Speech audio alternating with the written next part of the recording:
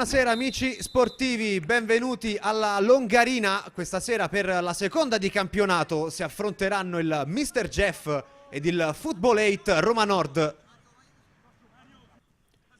Giai, pallone messo dentro per Gheana, va alla conclusione, attenzione Cardelli sulla ribattuta, fuori.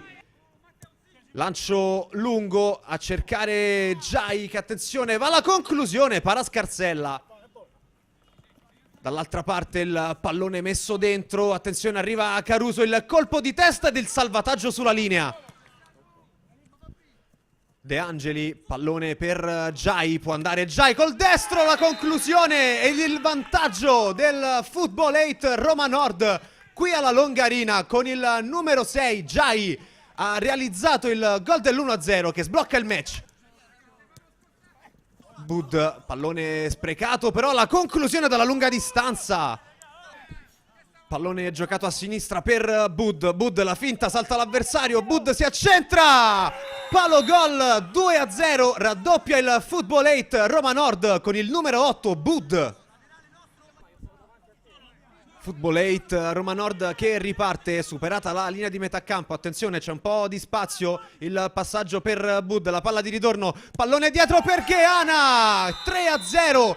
Football 8 Roma Nord sul Mr. Jeff. Bellissima l'azione del terzo gol. All'anticipo poi può ripartire ancora un contropiede per il Football 8. 1 contro 1 di Gheana. Doppietta personale per lui. 4-0. Match assolutamente in ghiaccio per gli uomini di Simone Bonfiglio. Punizione adesso, va Valentino, para il portiere.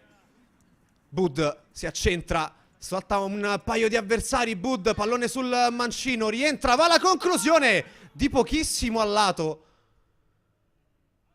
Battute conclusive, anzi arriva il triplice fischio proprio in questo istante. Vittoria corsara per il Football 8 Roma Nord che alla Longarina batte 4-0 il Mr. Jeff.